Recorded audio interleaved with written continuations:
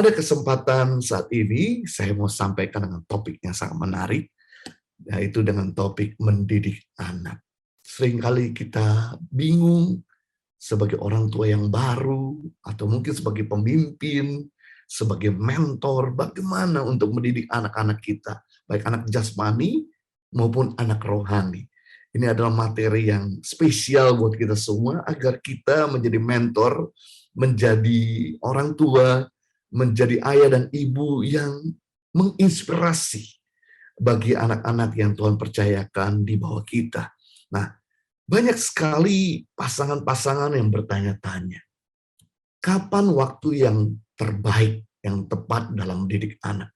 Sebenarnya, pendidikan anak yang paling tepat dimulai sejak diketahui adanya sosok janin dalam kandungan si ibu.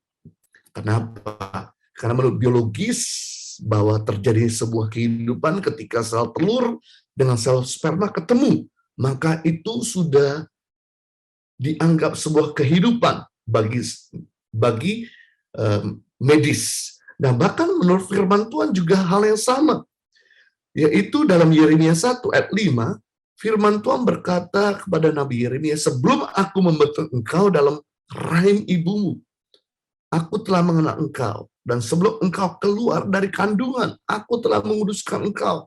Aku telah menetapkan engkau menjadi nabi bagi bangsa-bangsa. Berarti kita bisa melihat, bagi Tuhan, bahwa terjadi sebuah kehidupan, yaitu ketika belum terbentuk, belum lahir di muka bumi ini, masih mereka menjadi sosok janin. Itu merupakan nilai sebuah kehidupan bagi Tuhan. Nah, disitulah kita mulai membentuk mereka, mengajar mereka, kita mulai bisa mendidik mereka. Kenapa? Karena ini penting sekali, mulai sejak diketahui ada sosok janin, maka bagi orang tua, terutama bagi seorang ibu, harus wajib menjaga hati. Kenapa menjaga hati? Karena apa yang dirasakan oleh si ibu akan dirasakan oleh si anak. Kalau hati ibu penuh dengan kebencian, maka anak juga hatinya benci. Kalau hati ibu penuh dengan sukacita, anaknya juga penuh dengan sukacita. Kalau hatinya ibu itu penuh dengan kepahitan, maka anaknya juga penuh dengan kepahitan. Atau amarah, anaknya juga ikut marah. Namun sebaliknya, kalau hati ibu itu penuh dengan damai, anaknya penuh dengan damai juga. Penting di sini jangan menganggap enteng ketika kita sudah punya janin di dalam kandungan. Karena ini sangat mempengaruhi kepada si anak. Yang kedua yang dilakukan kepada orang tua yaitu mendoakan janin. Kenapa? Karena ketika kita mendoakan terjadilah sesuai dengan perkataanmu. Karena perkataanmu itu punya kuasa untuk menciptakan masa depan. Jadi itu sebabnya perkatakanlah yang baik. Perkatakanlah yang sehat. Perkatakanlah yang penuh dengan kuasa, sehingga anak tersebut terbentuk sesuai dengan perkataanmu, sesuai dengan doamu. Tidak pernah didoakan, ya tidak pernah terjadi sesuai dengan apa yang kau harapkan. Ya. Yang ketiga, yaitu ucapkan firman Tuhan kepada anak. Ya. Kenapa? Karena anak ini akan terbentuk di dalam firman Tuhan waktu kita ucapkan. Mungkin bagi tugasnya ibu mendoakan. Tugasnya ibu itu berbicara kepada si anak. Tapi tugasnya si ayah, ayo ucapkan firman. Nah, paling mudah untuk mengucapkan firman yaitu bacakan kitab Amsal. Yang menarik, kitab Amsal itu terdiri dari 31 pasal. Jadi kalau Anda baca kitab Amsal, ikutin tanggal di hari Anda membacakan. Seperti hari ini contohnya tanggal 18. Berarti ucapkan Amsal pasal 18 dari awal sampai akhir, yaitu satu pasal. Besok Amsal 19. Jadi ucapkan itu sampai dari awal sampai akhir. Kenapa kita ucapkan Amsal? Karena Amsal itu penuh dengan hikmat. Jadi waktu kita ucapkan firman Amsal, kita sedang memindahkan hikmat di dalam diri anak. Nah, ini menarik sekali. Saya sudah survei beberapa teman-teman dan juga termasuk diri kami sendiri. Anak-anak yang diucapkan firman Tuhan itu begitu lahir, dia jadi anak penurut, cinta firman, suka hadirat Tuhan, jadi anak yang punya karakter yang baik, dan juga jadi anak yang berkarisma. Tapi anak kedua, bagi teman saya dan kemudian mungkin bagi beberapa keluarga yang agak lalai karena anak kedua berpikir bahwa pastilah kita sudah dalam Tuhan, tidak perlu lagi ucapkan firman Tuhan. Maka begitu dia lahir, jadi anaknya membangkang. Jadi anaknya susah dikendalikan. Jadi ternyata pendidikan anak itu harus sudah dimulai sejak diketahui ada sosok janin. Nah, yang keempat, yang perlu dilakukan dalam mendidik anak, yaitu melatih otak. Dengan cara, yaitu si ibu tidak boleh nganggur, tidak boleh lemes-lemes, tidak boleh bermalas-malasan. Ya, yang dilakukan sama si ibu, coba ikut bernyanyi, ya, menyembah Tuhan, dengarkan lagu-lagu klasik. Karena ini akan menstimulasi otak anak untuk dia bisa berprestasi. Dan yang berikutnya, yaitu selain bernyanyi, si ibu harus melakukan kali-kalian dan bagi-bagian. Nah, ternyata yang menarik, kenapa sih keluarga-keluarga Yahudi ini rata-rata secara de facto ya, secara tertulis, itu mereka punya anak satu keluarga paling tidak satu S1. Tapi rata-rata kebanyakan mereka semua, maksud saya, mereka rata-rata S3. Ya, secara de facto S3. Satu keluarga pasti anaknya ada satu yang lulus S3, tapi rata-rata kebanyakan mereka lulus S3. Nah, waktu diselidiki, ternyata kenapa sih anak-anak Yahudi itu berprestasi? Karena ibunya punya kebiasaan. Waktu mengandung si janin, ibunya itu melakukan kali-kalian dan bagi-bagian. Kalau kita di Indonesia ini, si ibu dikasih tahu, udah jangan banyak mikir, jangan banyak aktivitas, udah tidur-tidur aja. Akibatnya, si otak ibu nggak jalan, otak anak jadi nggak jalan. Beda sekali sama orang Yahudi. Si ibunya itu kali-kalian bagi-bagian, maka si anak itu, otaknya itu jadi punya logika yang kuat. Punya otak kiri yang kuat dan otak kanan yang terbangun juga. Punya analisa yang tajam. Makanya kenapa mereka itu hebat sekali di dalam analisa. Kalau kita bisa melihat semua jagoan-jagoan ekonomi di dunia ini adalah orang Yahudi. Bahkan orang Yahudi itu kalau bertempur itu udah punya kalkulasi perhitungan yang kuat.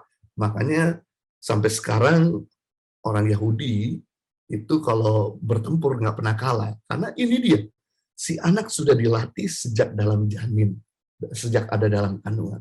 Jadi saya rindu untuk setiap kita bisa mulai melakukan ini, bukan pada waktu mereka sudah ada di muka bumi, tapi waktu mereka masih ada di dalam kandungan. Nah, sekarang kita akan belajar ada 4 pilar dalam mendidik anak. Ketika anak ini sudah lahir, inilah pilar yang kita perlu lakukan dalam mendidik anak. Yang pertama, yaitu pilar ajaran, aturan, ketetapan.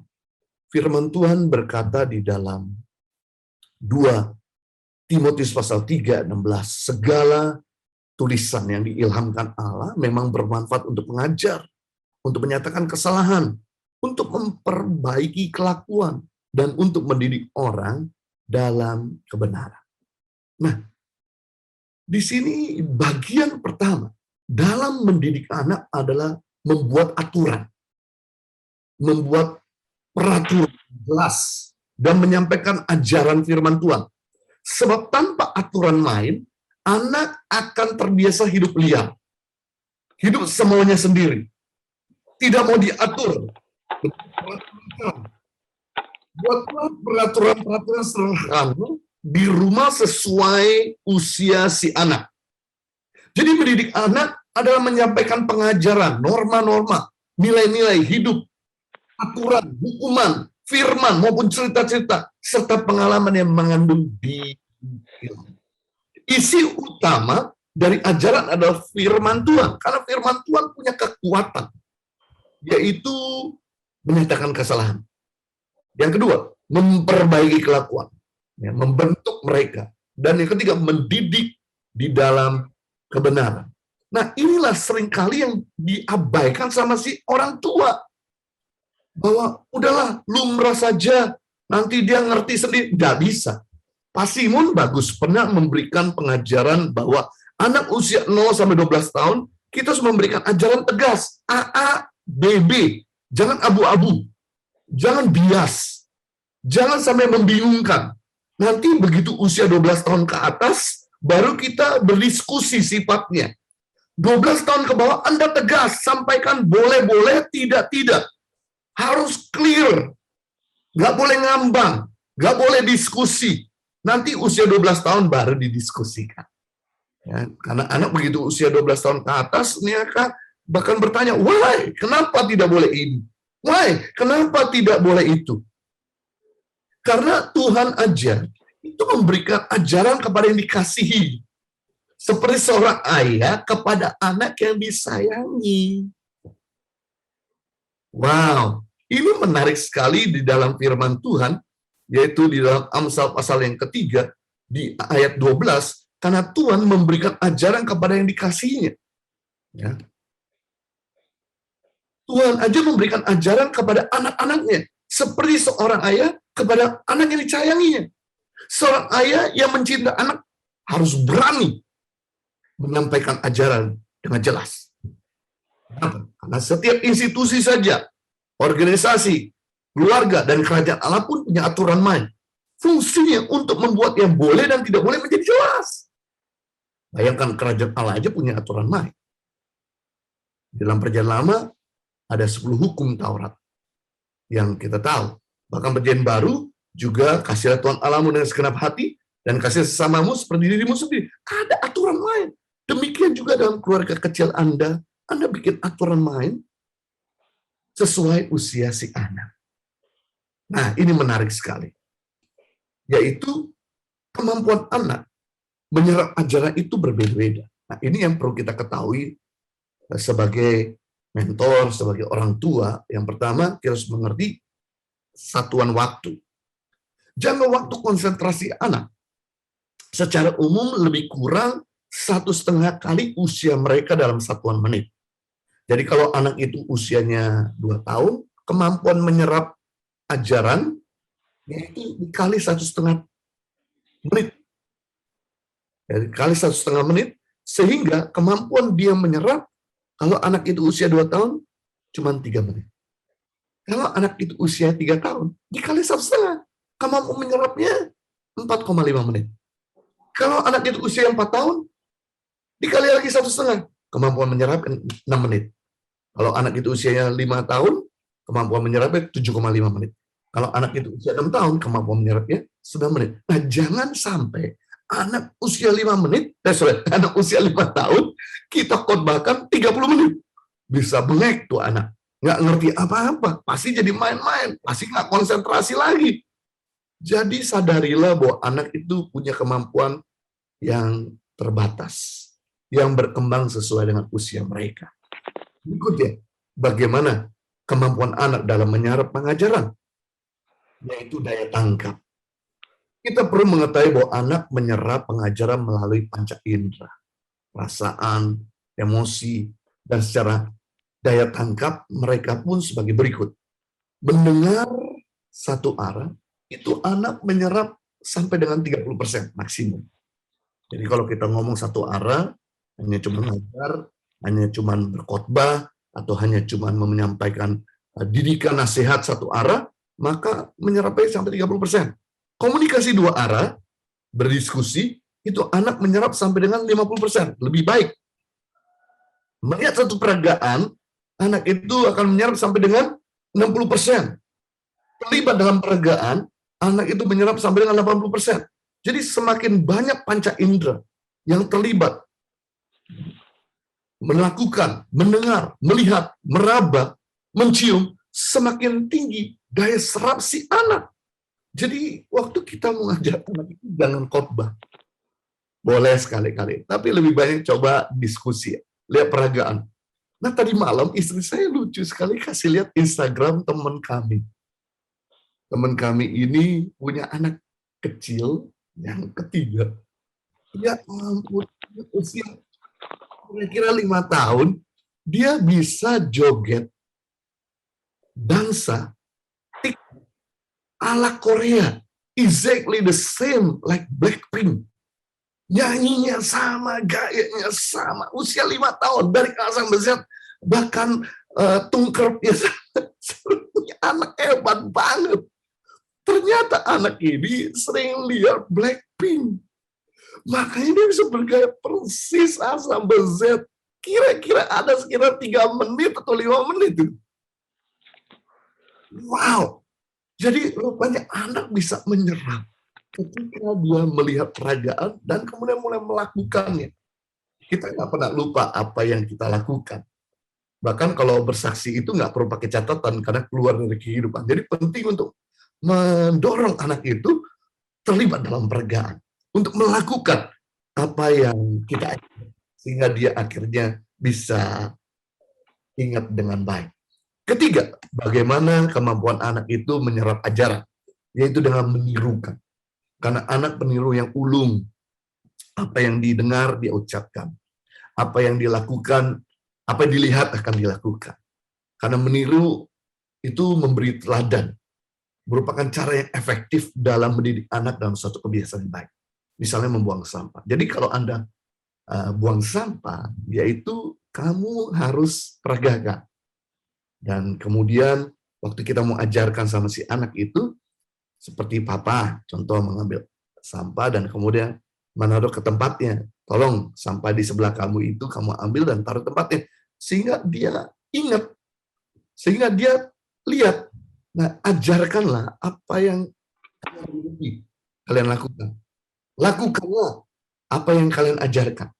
Jadi jangan sampai kita mengajarkan apa yang kita tidak ajarkan. Ini akan dinyek. Ini tidak akan dilakukan. Karena mungkin anak melupakan apa yang kita ajarkan. Tapi dia tidak pernah melupakan apa yang kita perbuat. Wah, ini ada cara yang efektif. Dengan menirukan. Dengan memberikan teladan. Berikutnya, yaitu cara anak menyerap ajaran lewat bermain. Bermain adalah pekerjaan anak-anak. Menurut penyelidikan dinyatakan bahwa anak-anak menambah penggalian pengetahuan melalui bermain. Berprestasi dalam kegiatan. Anak-anak tidak akan pernah capek-capek dengan namanya bermain. Selalu ada energi dan kemauan untuk bermain, karena itu memang dunia mereka. Waktu bermain, ajarkan value. Sportif. Kalau kalah, legowo. Jangan sampai down, depresi. Ya, jangan sampai kita nggak mau bangkit lagi. Jadi kalau main itu diajarkan, ya jujur, jangan curang. Kalau main itu diajarkan humble. Jadi kalau menang itu tetap bisa shake hand, ya, tetap bisa menginspirasi, bercerita kepada lawannya yang kalah. Jadi ini merupakan hal yang baik supaya waktu kita mendidik anak itu jangan kaku hanya cuma mengajar dengan kata-kata, tapi ajak mereka dengan bermain. Karena itulah dunia anak-anak. Berikutnya yaitu mengajar anak-anak lewat bernyanyi. Anak sangat muda dan senang belajar dengan nyanyian. Terlebih dengan gerakan, bahkan musik sudah terbukti bisa menjadi terapi meningkatkan IQ anak sampai dengan 12 poin. Hal yang luar biasa.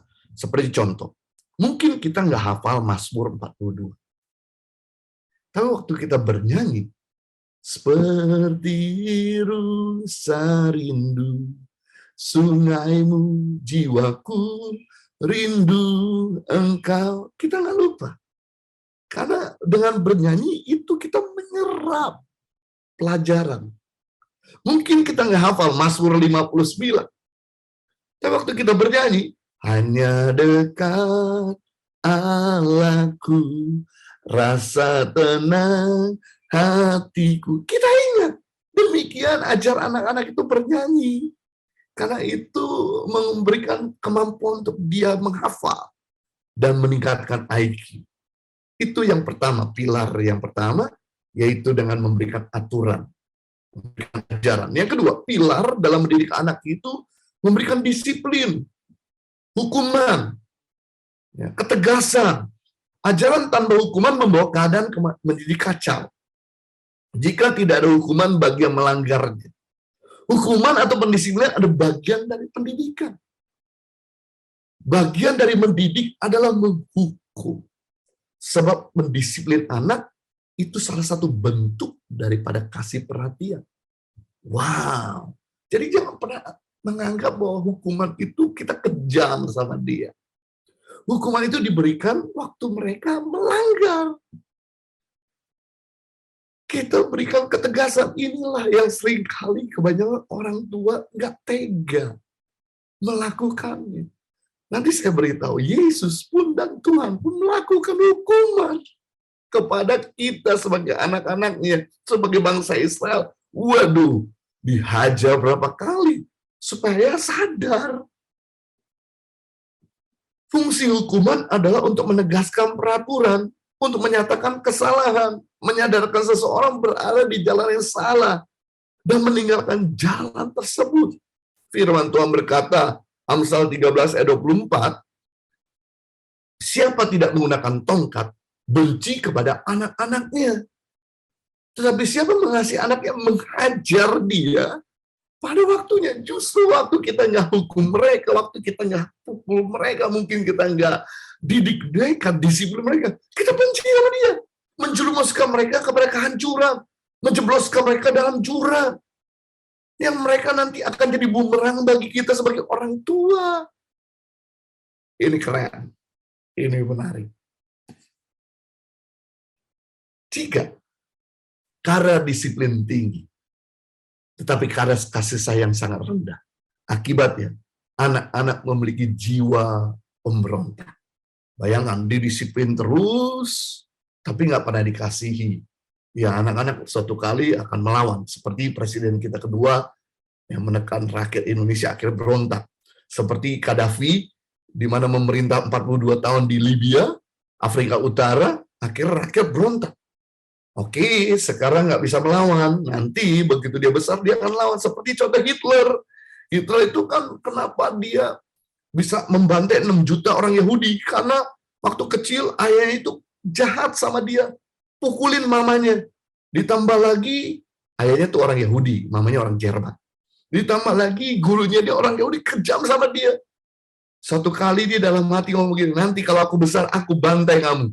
Dan betul, begitu dia besar, dia punya power, dia lawan. Mungkin sekarang waktu kecil, anak kita gak bisa lawan kita. Tapi nanti begitu dia besar, begitu dia punya kemampuan, dia bisa lawan kita. Makanya penting harus seimbang. Berikutnya, jika kadar disiplin rendah, dan kadar kasih sayang tinggi, akibatnya anak-anak jadi manja, besar kepala, spoil. Bayangkan dicintai terus, dikasih terus, diberi apa yang dia mau, tapi nggak pernah didisiplin, nggak pernah ditegur. Ini anak nanti jadi kurang ajar.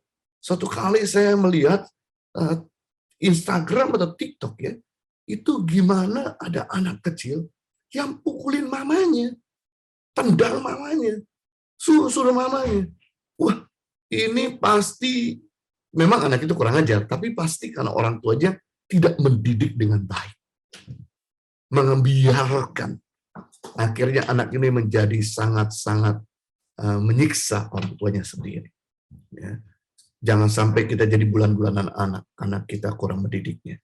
Berikutnya, yang ketiga, jika kadar disiplin rendah dan kasih sayang rendah, nah akibatnya anak merasa tertolak. Bayangin, nggak dicintai, nggak ditegur. Ya buat apa aku hidup? Buat apa aku ada? Dia rasa tertolak, nggak diapa-apain, didiemin. Salah, nggak ditegur, down, nggak dirangkul. Akhirnya anak ini memutuskan untuk bunuh diri. Buat apa aku hidup di dunia ini, aku nggak diharapkan, nggak diterima. Tapi yang menarik, jika kadar disiplin tinggi dan kadar kasih sayang tinggi juga, akibatnya anak-anak memiliki karakter ilahi. Wah, inilah yang perlu kita lakukan. Ini yang Yesus lakukan. Tangan kanan memberikan kasih, tangan kiri memberikan didikan. Nah, apa yang terjadi jika kita sudah kasih dan didik tidak berubah juga? Nah, inilah jurus Yesus yang terakhir. Ketika melihat muridnya, ketika melihat orang-orang, sudah dikasih, nggak bisa dididik, nggak bisa, dikasih, nggak bisa dididik, nggak bisa juga. Jurus terakhir yang Yesus lakukan yaitu memberikan kasih. Jadi seandainya dia nggak berubah juga, jurus terakhir kita harus memberi kasih, menerima, mengampuni. Saya percaya suatu saat anak itu akan menyadari. Anak itu akan berubah. Ya, jangan takut. Jangan sampai kita sungkan, lakukanlah bagian kita dengan memberi kasih dan memberikan didikan. Nah, dalam mendidik anak itu, dalam hukum anak itu ada harus mengerti. Yang pertama, kita harus mengerti satuan waktu. Amsal 13 ayat 24b, barang siapa mengasihi anaknya, mengajar dia pada waktunya, bukan setiap waktu, saudara. Kalau setiap waktu itu namanya ngamuk, pahit, itu namanya benci. Kalau kita mengajar dia setiap waktu, itu bukan mendidik. Itu namanya melampiaskan emosi. Jika orang tua mengajar dia tiap waktu, anak nggak lagi hormat, tapi jadi takut. Harusnya kita sebagai orang tua bukan bikin anak itu jadi takut. Anak itu hormat. Anak itu respect sama orang tua. Nah, makanya waktu kita mengajar dia, itu memberikan penjelasan. Ya, Papa perlu pukul karena kamu kurang ajar sama orang tua. Dan waktu setelah memukulnya, kita memberikan pengertian sekali lagi. Kalau kamu tidak begitu, pasti tidak dipukul. Papa minta maaf, Mama minta maaf. Dan kalau dia terluka, tolong diobati. Itulah yang Tuhan lakukan. Dia memulihkan, mengobati, merangkul kembali kepada bangsa Israel yang telah dipukul di pembuangan. Bahkan telah dipukul di padang gurun. Dilakukan pemulihan, menyembuhkan luka-luka mereka. Nah, itu harus mengerti sebagai orang tua. Dan juga harus mengerti satuan waktu. Jangan dihajar terus. Jangan dipukulin terus. Jadi apabila kau marah, kitab Amsal, Efesus pasal 4 ayat 26, apabila kau marah, jangan kamu berbuat dosa. Apa itu marah yang berbuat dosa? Berarti ada marah yang tidak berbuat dosa. Marah itu ada dua. Marah yang bikin dosa dan marah yang tidak bikin dosa. Yaitu jangan sampai matahari terbenam sebelum padam amarahmu. Jadi marah tidak dosa, Bapak Ibu. Tapi marah yang berkelanjutan inilah yang dosa. Marah yang kau simpan ini yang jadi dosa. Marah yang babi buta inilah yang dosa. Marah jangan sampai matahari terbenam. Artinya marah itu mendidik dengan profesional. Hari itu kau marah, kamu sampaikan penjelasan, selesai profesional. Kembali jadi orang tua, kembali jadi sahabat. Nah, suatu kali ini terjadi sama teman saya hamba Tuhan juga. Dia marahin anaknya, pukul anaknya, dan kemudian anak itu udah minta maaf. Pak, I'm sorry. Dan kemudian papanya nggak peduli. Hajar lagi. Dan kemudian setelah dihajar, didiemin. Berhari-hari, berminggu-minggu, berbulan-bulan. Akhirnya anaknya pahit. Udah nggak mau ngomong terus sama orang tua. Orang tua telat. Mau rangkul lagi udah pahit anaknya. Nah, ini jangan sampai terjadi. Cepat cairkan suasana setelah kita marah dengan memberikan penjelasan. Mungkin memberikan kepadanya pengertian. Serta juga meminta maaf. Bahwa marah itu ada momennya, bukan setiap waktu, tapi profesional. Yang kedua, dalam memberikan hukuman harus mengerti satuan ukuran. Tadi ada satuan waktu. Bukan setiap waktu, tapi sewaktu-waktu saja. Nah, ini kedua, satuan ukuran. Yesaya 11:4, ini menarik. Tetapi ia akan menghakimi orang-orang lemah dengan keadilan dan akan menjatuhkan keputusan terhadap orang-orang yang tertindas di negeri dengan kejujuran. Ia akan menghajar bumi dengan perkataannya seperti dengan tongkat. Perhatikan, Tuhan itu mengajar bukan selalu dengan tangan, tapi juga dengan perkataan. Dan dengan nafas mulutnya ia membunuh orang-orang fasik. Jadi kita bisa melihat di sini bahwa ternyata hukuman tidak harus dengan tongkat, tidak harus dengan tangan, tidak harus dengan pukulan. Perkataan pun bisa berfungsi sebagai tongkat, sebagai hajaran, sebagai hukuman, bahkan dalam beberapa hal bisa lebih menyakitkan. Nah, inilah sebagai orang tua yang kita harus paham. berbagai bentuk hukuman yang bisa kita terapkan, di antaranya memarahi dengan keras. Itu bentuk hukuman. Jadi jangan berpikir sempit. Hukuman itu harus dipukul. Yang kedua, bisa berteriak. Atau bisa mengacungkan tangan. Eits. Sepertinya hendak memukul, tapi tidak mukul. Itu juga bisa bentuk salah satu hukuman. Memukul bagian belakang. Nah, Bapak Ibu Saudara semua, jangan pukul di tulak kering. Jangan dipukul di bagian yang tidak ada daging. Seperti batok kepala. Ini akan masuk ke otaknya. Seperti di dada. Ini akan membahayakan jantungnya. Seperti di tulak kering, ini akan luka. Tapi di bagian yang banyak daging, makanya Tuhan ciptakan di bagian bokong itu belakang supaya kau bisa duduk berjam-jam. Ada bantalnya, Tuhan kasih bantal dari surga. Nah, inilah yang kau pakai untuk memukul. Jangan dipukul di tangannya, di kakinya, di badan, di kepalanya. Ini bahaya, cacat. Kalau cacat bisa seumur hidup nanti. Dan yang menarik ini, Bapak Ibu Saudara. Kalau Anda pukul, please, dengar ini. Jangan pakai tanganmu. Tapi pakai barang. Sehingga yang dia benci dan dia takutin bukan dirimu, tapi barang itu. Kalau kamu pukul pakai tanganmu, dia benci sama kamu. Dia takut sama kamu. Tapi kalau kamu pukul dengan sabuk, rotan, maka dia takut sama barang itu. Begitu anak itu nggak dengerin nasihat kita dengan perkataan kita, langsung kita ngomong gitu, mama ambil sabuk, udah langsung dia ketakutan. Anak itu nggak boleh takut sama kita. Anak itu harus hormat sama kita. Anak itu nggak boleh benci sama kita. Anak itu sayang sama kita. Biarlah barang yang jadi kambing hitam. Berikutnya, bagian dalam bentuk hukuman, yaitu dengan menjewer, menyentil telinga. Kenapa? Ini kan daging. Mengurung di kamar. Bentuk salah satu hukuman. Menjaga rumah sementara yang lain diajak keluar. Tidak diberikan uang saku. Hukuman kerja. Ya. Nah, saya sama istri itu tidak kasih uang jajan secara begitu saja. Tiap minggu mereka ada aturan main yang akan dilakukan, yaitu dengan membersihkan kamar pribadi. Walaupun kami punya pembantu, tapi kami ajar anak kami, setiap weekend, Saturday, you guys must be clean up your room. Bersihkan kamar kalian masing-masing. Baru uang saku diberikan kepada mereka. Nah, akhirnya anak-anak tertanam bahwa kita sebagai anak ini walaupun punya orang yang bantu, tapi kita juga harus bisa ngurus diri sendiri. Karena suatu kali guys, kamu akan jadi orang tua. Kamu akan meninggalkan rumah orang tua. Kalau kamu nggak latih mulai hari ini, hidup rapi, bersih, kamu nggak akan jadi orang yang baik. Kamu akan malu dengan pasanganmu.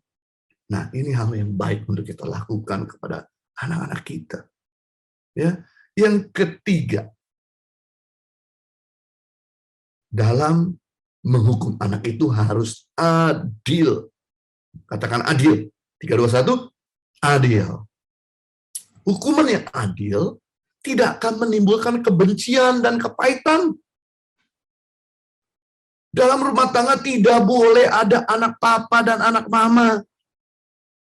Well, kadang-kadang walaupun ada di hati kecilmu, itu kayaknya kamu lebih menyayangi si bungsu, lebih suka sama si bungsu daripada si sulung. Tapi tidak boleh diungkapkan, disembunyikan. Kalau anak itu paksa datang sama kamu dan berkata, Papa lebih sayang sama Dede sama Koko. Wah, Kokonya tanya itu kan. Bingung kan? Papa sayang dua-duanya. Enggak, pasti ada perbedaan. Papa lebih sayang Koko apa Dede. Anda bisa ngomong begini. Dengan bijaksana. Ngomongnya begini. Papa itu sayang sama Dede, tapi Papa bangga sama Koko. Wih, itu seperti air sejuk yang membuat dia bangkit. Jadi, ayo sebagai orang tua itu jangan pilih kasih. Harus adil dalam kasih, dalam pemberian, dan lain sebagainya. Amsal 29 ayat 14. Raja yang menghakimi orang lemah dengan adil, tahtanya tetap kokoh untuk selama-lamanya. Berarti keluarga yang tidak adil, maka keluarga tidak akan kokoh selama-lamanya. Pasti akan timbul pemberontakan, keributan. Keadilan membuat anak-anak merasa aman. Sebab ketidakadilan orang tua memicu pertengkaran di antara anak-anak yang satu dengan yang lain. Bayangkan, ini firman Tuhan. Bagaimana cerita tentang Yusuf dengan kakak-kakaknya. Jadi nggak bisa disalahkan Yusuf, ini salah orang tuanya. Kenapa kakak-kakaknya benci sama Yusuf? Kejadian 37:4, perhatikan baik-baik kata demi kata. Setelah dilihat oleh saudara-saudaranya, itu kakak-kakaknya Yusuf, bahwa ayahnya lebih mengasihi Yusuf dari semua saudara-saudaranya, maka bencilah mereka itu kepada Yusuf dan tidak menyapa dengan ramah. Kita bisa lihat ulah daripada anak itu dibenci karena ayahnya yang pilih kasih. Yusuf dikasih baju baru, kakak-kakaknya dikasih baju bekas. Yusuf dikasih baju jubah yang cemerlang, yang mahal, yang mewah. Kakak-kakaknya dikasih baju biasa. Mulai sejak itu bencilah dan tidak mau menyapa dengan ramah. Itu sebabnya tim pendidik harus sehati. Yang pertama, suami dengan istri komunikasikan. Jangan beda pendapat. Nanti anak jadi bisa lari ke satu dan tidak akan mendengar yang lain. Demikian juga antara orang tua dengan kakek nenek. Beritahu, kalau lagi berkunjung atau ketemu dengan kakek nenek, beritahu kalau anak itu ada alergi apa, atau lagi sakit flu atau batuk, jangan dikasih es krim. Namanya opa, oma, kakek nenek itu mau jadi hero buat cucunya. Kenapa? Karena kalian sebagai orang tua sudah meninggalkan mereka. Jadi ketika ada cucu itu seperti, ini anakku yang baru. Dia mau jadi hero, mau kasih apa saja yang cucunya minta. Nah, harus beritahu kepada orang tua, kakek nenek, supaya sehati. Mana yang boleh dan mana tidak boleh. Kemudian berikutnya sehati antara orang tua dengan guru. Puji Tuhan. Sekarang sejak ada zamannya WhatsApp, maka dibikin grup antara orang tua sama guru. Sehingga kalau si anak itu nggak ngerjakan tugas, maka gurunya beritahu. Kalau misalnya orang tuanya ternyata bisa lagi ada kendala masalah rumah tangga, bisa beritahu sama guru untuk bisa beritahu kondisinya, sehingga ada kesatuan hati. Berikutnya kesatuan hati antara orang tua dengan pembantu. Beritahu kepada pembantu jam berapa harus tidur, jam berapa harus makan dengan jelas. Kan mereka dibayar untuk melakukan itu, berarti mereka akan nurut. Sehati dengan tim pelayanan di sekolah minggu. Beritahu kalau di sekolah minggu itu anak-anak ada alergi apa, sehingga si guru sekolah minggu nggak bingung. Dikasih kacang alergi, nanti ada di karpet juga alergi. Ya, beritahu juga kalau anak ini nggak suka terhadap apa, sehingga si guru itu nggak pusing, guru sekolah minggu. Ya, demikian juga guru sekolah minggu harus beritahu kepada orang tua. Kita sebagai mentor di sebuah gereja, beritahu kalau memang anak ini ternyata kok kenapa murung, sedih, ada sesuatu mungkin dalam keluarga, beritahu sama orang tuanya sebagai tim pendidik. Nah, ini harus dikomunikasikan semua. Ya. Berikutnya, dalam dalam pilar mendidik anak, yang ketiga. Dari pilar pertama tadi aturan, pilar yang kedua yaitu hukuman atau disiplin, dan pilar ketiga dalam mendidik anak itu hadiah atau reward. Hadiah memberikan penerimaan, merupakan apresiasi atau penghargaan, memotivasi orang melakukan yang sama lagi, serta membangun hubungan pribadi. Hadiah membalas luka dari hukuman, memecahkan kekakuan dari aturan-aturan yang dibuat. Hadiah diberikan ketika anak melakukan aturan atau ajaran. Jadi kalau dia salah, kau hukum. Tapi kalau dia benar, kau puji. Kalau dia salah, kau tegur.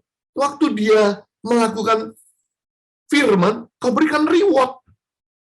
Melakukan ajaran, kita berikan hadiah. Nah, inilah bentuk daripada hadiah yang kita bisa berikan. Reward yang kita bisa berikan. Yang pertama, bentuk hadiah yang kita bisa berikan yaitu pujian. Ini ada hadiah yang paling murah meriah, sederhana, efisien, yaitu pujian. Pujian itu harus diberikan dengan sewajarnya, bukan lebay. Ya, pujian bukan bujukan rayuan gombal. Katakan pada anak, thank you, well done, good, bagus, selamat belajar, semoga sukses. Perhatikan baik-baik. Sebelum Yesus memulai karirnya, sebelum Yesus memulai pelayanan, Yesus dipuji dulu oleh Bapa di surga. Makanya dalam waktu 3,5 tahun, Yesus melayani dengan sangat produktif, efektif, dan maksimal. Padahal 3,5 tahun bukan waktu yang cukup panjang untuk membuat sejarah. Bagi seorang kepala negara butuh waktu 5 tahun untuk bawa perubahan bagi negara. Bagi seorang kepala daerah butuh waktu 5 tahun untuk bawa perubahan bagi daerah. Ini Yesus 3,5 tahun, tapi begitu efektif. Kenapa? Karena dipuji, di backup sama orang tuanya, sama Bapa di surga.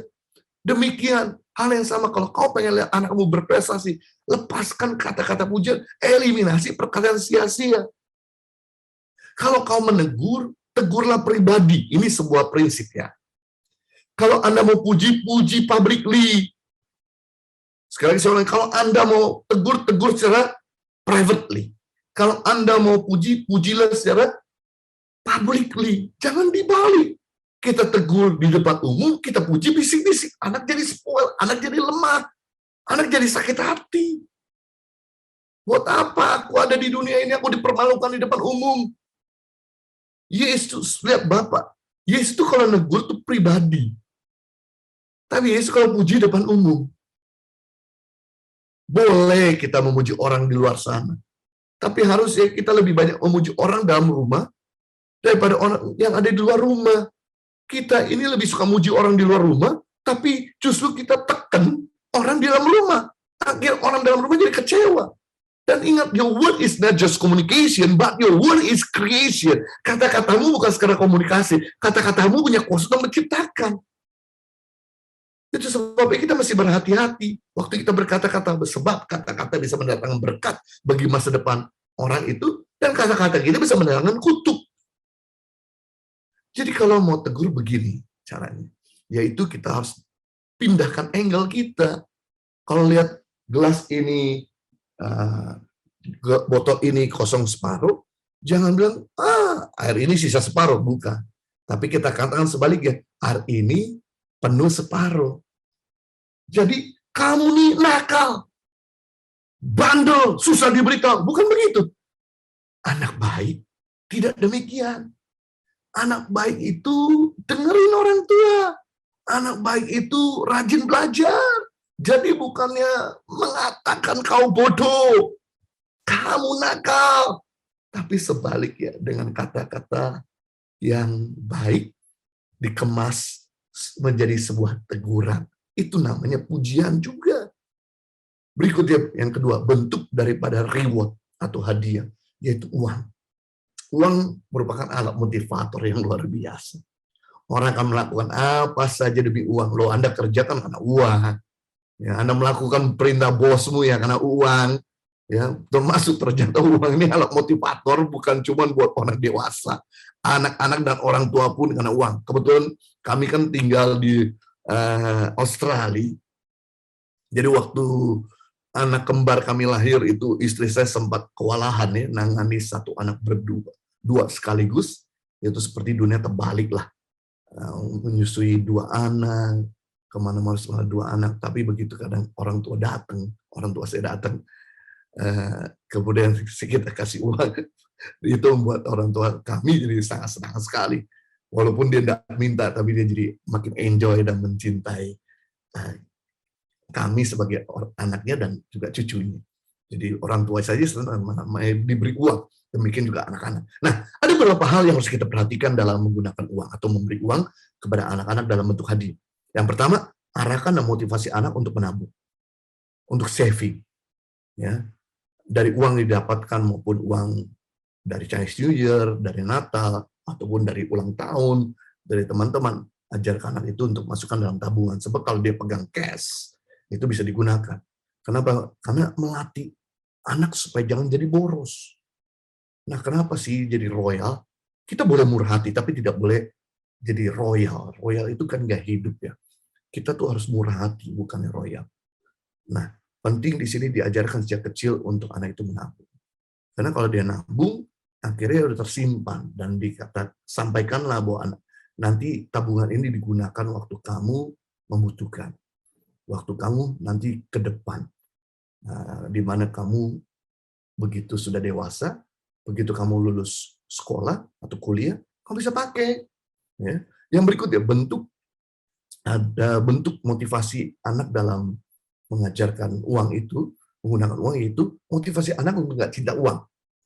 Karena ini mengerikan sekali dalam 2 Timotius 6 ayat 10 berkata bahwa akar, berarti cikal bakal ya, bibit segala kejahatan ada cinta uang. Jadi rupanya kejahatan yang kita lihat di depan televisi, kejahatan yang bahkan orang lakukan kepada kita, atau kejahatan yang kita lakukan kepada orang lain, itu sumbernya satu, cinta uang. Nah, kalau mau beres dalam kehidupan, yang kita perlu lakukan, ajarkan anak-anak untuk memberi. Ini merupakan salah satu mencabut akar cinta uang. Supaya dia jangan jadi bapak segala kejahatan, yaitu dengan memberi. Karena memberi itu menyunat, supaya kita nggak materialistis. Memberi itu adalah obat penawar dan racun mementingkan diri sendiri. Nah, orang kalau nggak pernah memberi itu jadi greedy, serakah. Orang nggak pernah memberi itu jadi jahat. Makanya di sini diajarkan untuk Anda giving, memberi persembahan, memberi perbulan. Kan orang tua yang sudah memberi perbulan, ajarkan melatih, tujuannya supaya melatih si anak untuk bisa respect kepada pemberian. Kalau dia setia dalam berkat kecil, dia akan percayakan berkat besar. Juga memberi kan salah satu kunci diberi. Ya. Juga digunakan uang itu untuk keperluan yang dia butuhkan. Keperluan sekolah kah, keperluan mainannya kah, keperluan kebutuhannya sehari-hari, jajanannya kah. Ya. Jadi sebenarnya kita sebagai orang tua memang juga akan mengeluarkan biaya untuk hal-hal itu, tapi menyalurkan melalui sistem hadiah. Nah, di kita lihat berikutnya, yang berikutnya, bagaimana ya. Yang ketiga, inilah bentuk daripada hadiah yang kita bisa berikan. Jika engkau meminjam uang kepada anak-anak, maka jangan sekali-kali engkau lupa untuk mengembalikan. Anak tidak akan pernah menabung lagi selama-lamanya, karena itu merusak hidupnya. Nah, bulan Februari kemarin, saya sempat memberkati nikah. Nah, biasanya di dalam pemberkatan itu kami memberi kesempatan bagi si mempelai untuk mengucapkan terima kasih dan permintaan maaf kepada kedua orang tua.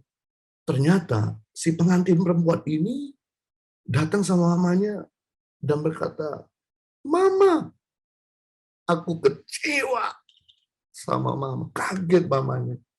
Karena waktu mama pinjam uang dari tabungan saya, mama nggak pernah kembalikan sampai hari ini. Aku nggak lupa.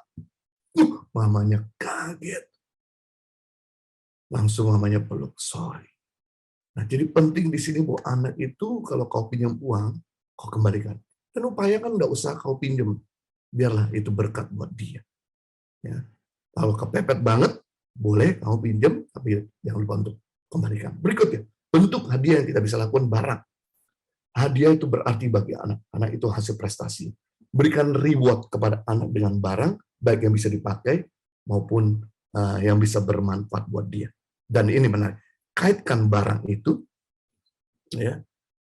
Artinya gini, berikan reward kepada anak-anak yang sesuai dengan dia punya prestasinya. Jadi kalau prestasinya biasa, ya berikan barangnya biasa.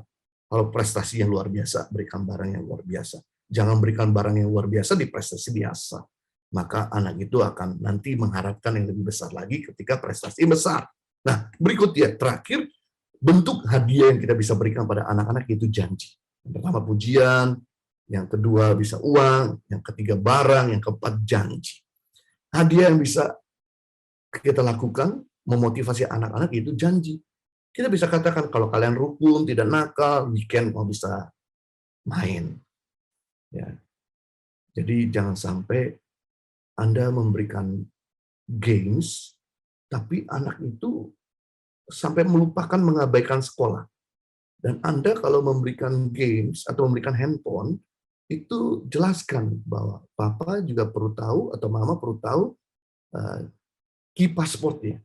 Artinya untuk membuka lock password handphone itu. Jadi jangan berikan handphone kepada anak-anak kalau dia tidak memberikan kunci password untuk membuka handphone itu. Karena anak itu harus bisa open sama orang tua. Kecuali nanti begitu anak itu sudah menikah, terserah. Tapi anak itu sebelum menikah, dia masih ada dalam pengawasan orang tua, dia harus bisa open.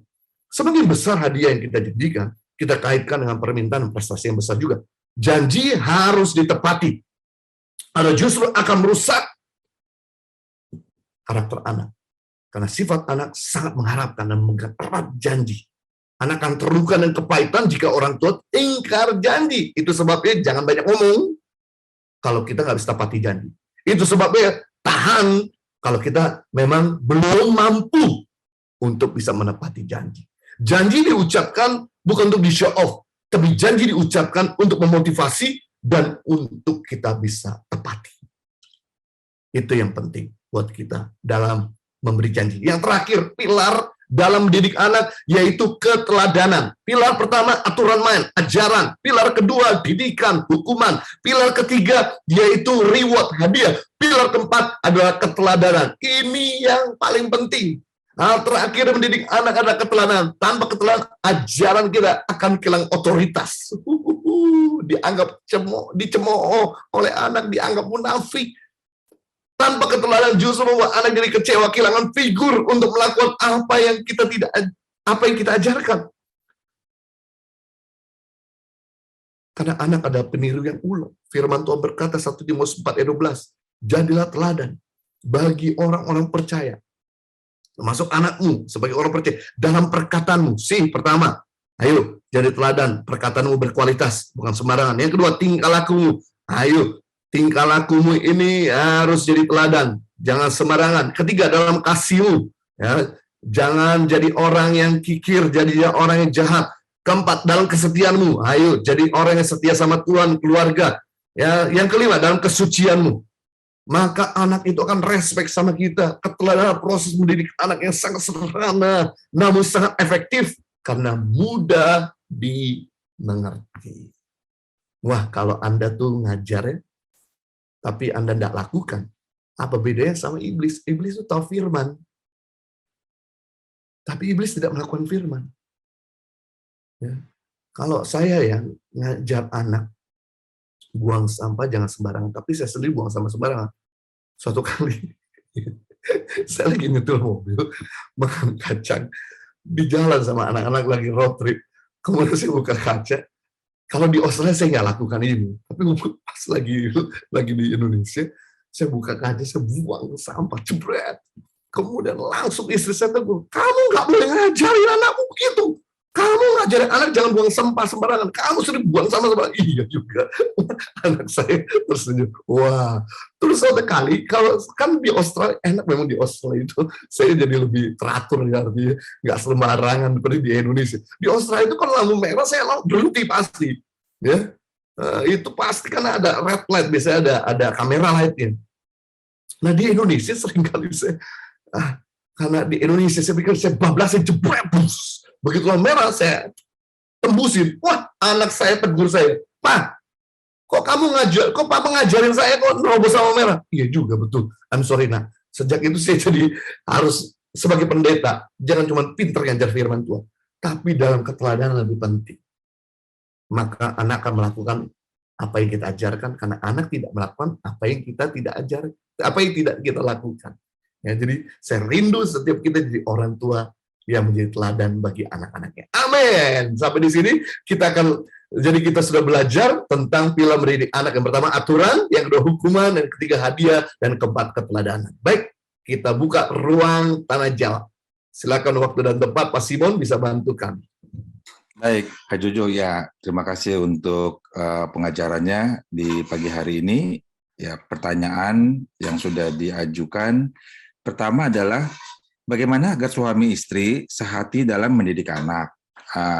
Karena kebanyakan para suami berpikiran kalau soal mendidik anak adalah tanggung jawab istri. Oh, ini yang salah besar. Justru ya, suami itu punya peranan yang penting. Ayah itu punya peranan yang penting karena ayah itu dalam bahasa aslinya sumber. Berarti kalau sumbernya bersih, maka anak-anaknya bersih. Sumbernya kotor, anak-anaknya kotor. Kalau sumbernya itu nggak pernah menetapkan ajaran, aturan main, tidak pernah mendisiplin, maka anak-anaknya jadi liar. Makanya sebuah survei di CNN, di Pria Sejati itu pernah diteliti. Jika ayahnya bertobat, ibunya tidak bertobat, maka 70% anak-anaknya akan mengalami pertobatan. Namun sebaliknya, jika ibunya bertobat, ayahnya tidak bertobat, maka anak-anak itu akan diselamatkan cuma sampai maksimal 30%. Wow. Kehadiran ayah dalam mendidik, dalam pertobatan, itu punya peranan lebih kuat daripada si ibu. Jadi kalau kita mau melihat anak itu berprestasi, anak itu punya karakter ilahi, jangan serahkan sama ibunya saja. Tapi ayah juga, karena kalian punya 4 mata yang lebih terang dibandingkan cuma 2 mata. Mungkin yang dilihat ibu tidak bisa dilihat ayah, yang dilihat ayah tidak bisa dilihat ibu. Nah, kedua-dua ini penting menjadi tim pendidik bagi anak. Nah, sebagai contoh, istri saya, walaupun dia orang yang tegas, tapi karena cintanya kepada anak begitu berlebihan, jadi dia nggak bisa terlalu menekan, lebih membiarkan, mentoleransikan si anak. Sehingga ketika anak itu dipanggil doa, anak mau berkali-kali didiemin. Atau anak itu disuruh belajar berkali-kali didiemin. Saya bilang nggak bisa gitu dong, kamu harus tegas. Itulah sifat ibu mungkin kadang-kadang ada agak kurang berani ketegasan. Jadi saya masuk. Saya ngomong, nah ayo kita doa. Nah, belajar. Langsung mereka kok bisa mendengarkan dan melakukannya. Perhatikan tim pendidik ini harus 2. Atau sebaliknya juga, kadang-kadang saya suka ingetin anak saya, ayo waktunya makan, kumpul. Mereka masih di kamar. Saya bilang, Hen, coba panggil. Akhirnya dia turun. Jadi dua-dua ini punya peran kuat kalau berjalan bersama-sama. Amin. Baik, ya. Yang kedua, Pak. Saya single mother, usia anak 13 tahun laki-laki. Sekarang ini sikapnya suka membantah, menjawab, talkative. Sudah tidak ada komunikasi dengan bapaknya dari lahir. Apa karena tidak ada figur ayah? Ya, jadi dalam hal ini peranan ibu yang single mother ini harus bisa berperan juga sebagai ayah. Fungsi ayah kan ada 3 ya. Pertama sebagai provider, penyedia. Ya. Yang kedua sebagai protection, perlindung. Ya. Nah, lindungi. Yang ketiga, P sebagai pendidik. Nah, ini yang perlu dilakukan sebagai ayah. Nah, selama peranan ini ibu lakukan, maka anak itu akan terobati ketiadaan hadirnya ayah. Jadi minta juga untuk Tuhan bisa menjadi ayah buat anak ibu yang 13 tahun ini. Dan yang penting adalah ibu boleh mengasihi, memperhatikan, tapi juga pendisiplinan harus ada kepada anak ini. Kalau misalnya masih kurang, bisa libatkan dengan mentor-mentor rohani, seperti di Komsel, supaya bisa jadi figur mungkin sebagai sahabat yang dia dengar. Atau ibu juga bisa panggil teman-teman yang dia respect, yang dia dengar, untuk memberitahu tentang anak ini, tentang arahan anak-anak ini supaya bisa juga teman-teman yang memberitahu.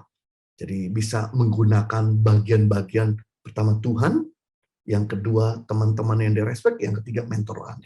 Bisa libatkan juga. Pinter-pinter smart kita sebagai seorang single mother. Amin.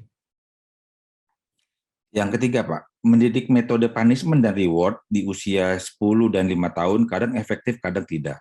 Apakah ada metode atau cara lain menegakkan kedisiplinan yang tegas dan tidak bias? Oke, dari Pak Simon mungkin mau tambahkan soal ini karena aku senang sekali kemarin Pak Simon sampaikan tentang Ya, usia 12. baik.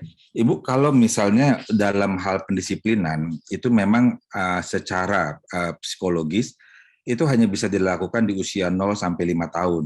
Jadi di 0 sampai 5 tahun tidak boleh ada kompromi, apapun pendisiplinan yang ibu mau buat, itu hanya bisa ditaruh di situ. Usia 5 sampai 13 tahun, itu orang tua sebagai supervisor. Supervisor artinya pendisiplinan yang diajarkan di usia 0 sampai 5 itu apakah dilakukan atau tidak. Kalau tidak dilakukan, diberikan punishment, kalau dilakukan, diberikan reward. Tetapi di atas 13 tahun, Bapak Ibu sebagai orang tua harus sebagai teman kepada anak. Jadi ngomongnya nggak boleh lagi pakai pendisiplinan, nggak boleh lagi melarang-melarang, atau nggak boleh lagi pakai harus-harus, tetapi memberikan pandangan. Misalnya kalau anak nanya, "Mah boleh nggak pakai tato?" gitu. Nah, itu udah nggak bisa lagi di usia di atas 13 tahun. Nggak boleh, udah nggak bisa lagi. Tapi pakai pandangan. Menurut kamu, penting nggak tato itu? Menurut kamu untungnya apa buat kamu? Misalnya gitu. Nah, kemudian kasih pandangan, contoh misalnya, nih mama punya teman begini-begini, mereka tadinya bikin tato, ternyata begitu udah lulus kuliah susah cari kerja. Nah, jadi begitu Bu pendekatannya. Tapi kalau di usia 0 sampai 5 itu nggak boleh. Nah, kalau udah 10 tahun sudah telat. Nah, kalau misalnya memang sudah telat, tetapi tetap harus dijalankan, ini prosesnya agak panjang tetapi bisa. Misalnya punya waktu berdua, ajak makan, ajak pergi ke tempat-tempat di mana dia bisa konsen, fokus untuk ngomong, dan bicara dari hati ke hati. Misalnya Bapak Ibu orang tua sebagai orang tua akui bahwa harusnya ya nak, papa sama mama tuh, atau mama misalnya, melakukan pendisiplinan itu harusnya sejak kalian kecil, tapi ini terlambat. Sekarang gimana ya caranya supaya kita bisa ngomong, karena bagaimanapun harus ada aturan, bagaimanapun mama adalah orang tua, kamu adalah anak, bagaimana caranya supaya kita berdua kerjasama, supaya ada tanggung jawab. Tujuan mama adalah supaya kamu baik, supaya kamu nanti setelah dewasa, kamu bisa ke dunia, kamu bisa bertumbuh, bisa survive, gitu. Kira-kira begitu Pak, pendapat saya. Silakan ditambahkan Pak Jojo. Keren ya. Bapak Ibu, saya punya waktu setiap malam sama anak-anak kumpul untuk mesbah keluarga. Nah, biasanya sebelum mesbah keluarga, itu kan waktunya konsentrasi ya, anak-anak udah selesai dengan kerjaannya, dengan mainannya, dengan sekolahnya, dan kemudian kita kumpul jam 10.30. Nah, sebelum doa itu biasanya saya dan istri menyampaikan value-value, nilai-nilai, teguran-teguran. Dan disitulah kemudian saya mulai coaching, artinya setelah doa, oke, besokannya ditanya, sudahkah kamu melakukan? Nah, contoh sebagai hal yang menarik adalah waktu kita mau negur anak untuk berhenti main, ya, kita jangan ngomong, ayo berhenti, jangan begitu. Tapi kita follow up, artinya, nah, kamu masih boleh main, tapi waktunya 5 menit lagi ya. Oke, 5 menit lagi. Oke, nanti begitu udah 2 menit, ibu atau bapak datang lagi ke kamarnya. Nah, 2 menit lagi ya mainnya ya. 2 menit lagi ya. Oke, nanti begitu sudah selesai, bapak ibu bisa datang lagi. Nah, sudah selesai waktunya. Ayo sekarang kita kumpul untuk makan. Ayo kita kumpul untuk pergi. Nah, itu. Jadi seperti ada coachingnya, follow up-nya yang membuat anak itu jadi seperti dibimbing, bukan seperti diatur, dikendalikan, tapi dibimbing. Nah, itu anak akan lebih gampang menerima dan berubah. Berikutnya, Pak. Ya, tambahin juga Pak Jojo, ke depan bikin aturan main. Kamu mainnya jam sekian sampai jam sekian ya, gitu. Yes. Ya, bikin komitmen bersama. Ya, baik Pak. Yang berikutnya, usia anak saya 12 tahun laki-laki. Dia sangat aktif berbicara sampai nggak ada henti-hentinya. Diberitahu suka menjawab balik. Apa yang harus saya lakukan? Saya terus doakan. Apakah sudah diberikan penjelasan bahwa, nah, ada waktunya juga kamu mendengar, supaya kamu bisa tenang, atau bisa juga kita seperti... Mungkin memang gini Pak Jojo, memang orang anak yang pintar, yang suka ngomong, itu ciri-ciri orang pintar Pak. Iya ya. Ciri-ciri orang pintar, iya. Nah, jadi anak yang pintar itu, dia suka mau jawaban yang bisa diterima oleh pikirannya dia.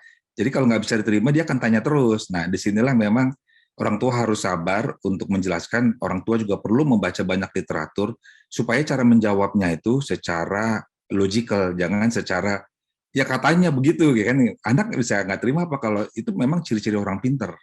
Iya, iya, Ciri-ciri iya. anak pinter begitu, ya. Justru anak kalau nggak ngomong atau nggak aktif, kita curiga, Betul, ini sakit. betul, Pak. Betul, Zaman sekarang banyak anak-anak yang susah ngomong kan. Nah, ini betul. baik juga sih bisa ngomong, tapi paling tidak gini, kalau memang ibu atau bapak mau bicara, mbak sebentar, bapak mau Hmm. ngomong dulu, mau ngomong tolong didengar, mungkin kasih gitu. Atau juga bisa alihkan pembicaraannya seperti kepada satu tempat, satu barang, misalnya, nah coba lihat ke atas itu ada burung di udara, nah papa mau cerita. Nah, gitu. Tapi sementara dia bercerita, is okay aja, fun-fun aja, dan doakan supaya dia punya perkataan juga bisa lebih hati-hati, tidak sembarangan ngomong. Itu intinya. Berikutnya, Pak. Oke. Halo Pak Jojo, saya dari umur 4 tahun sudah pisah sama papa karena orang tua cerai. Karena tidak merasakan kasih ayah, efeknya saya jadi sangat sulit percaya Tuhan. Apa yang harus dilakukan? Iya, pertama mungkin bisa punya mentor rohani ya, yang bisa mengayomi dalam sisi ayah ya. Dan yang kedua, bisa nanti berdoa minta pasangan hidup yang bisa menutupi figur ayah. Yang ketiga terutama ini yang paling penting, yaitu minta Tuhan sebagai ayah, segala bapa yang baik untuk menjadi figur ayah dalam kehidupan kita. Sehingga ini akan menolong ketiadaan ayah di dalam kehidupan kita sepanjang yang ada kita lalui ini.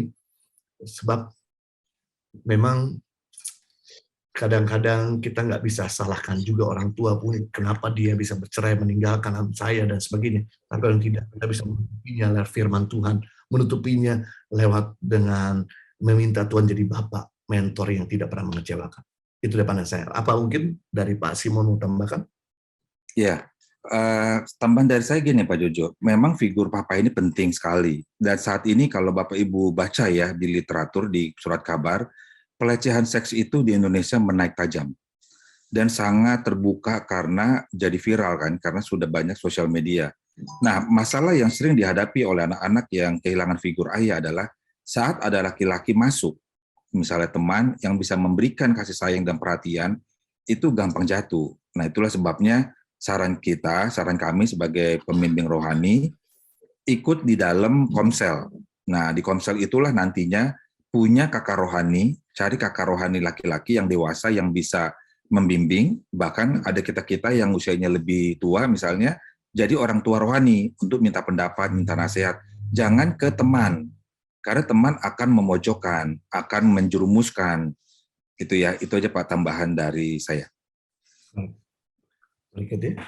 Oke, yang berikutnya, Salam, saya single parents dengan anak perempuan umur 8 tahun. Bagaimana cara menjelaskan ke anak persoalan perpisahan dengan ayahnya? Terima kasih. Anak di usia 12 tahun, itu masa di mana anak itu mulai mengerti.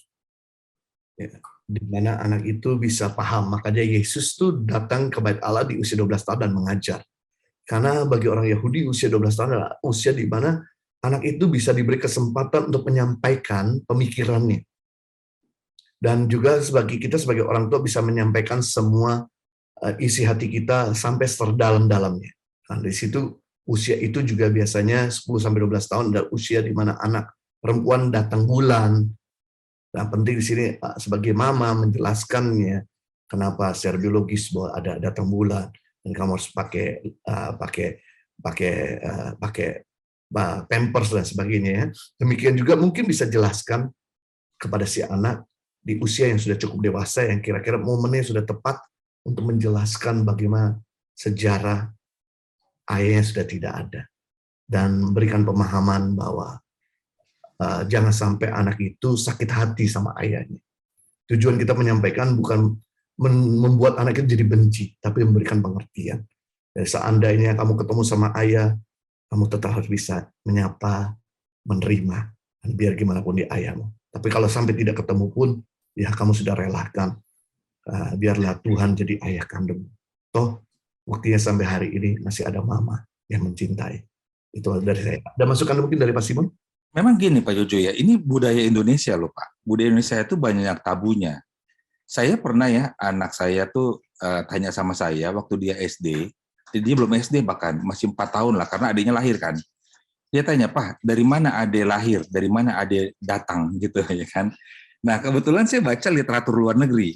Jadi bahwa di orang luar negeri itu dikasih tahu kalau anak tanya, ya jelasin secara education gitu, jangan jelasin yang secara dongeng katanya.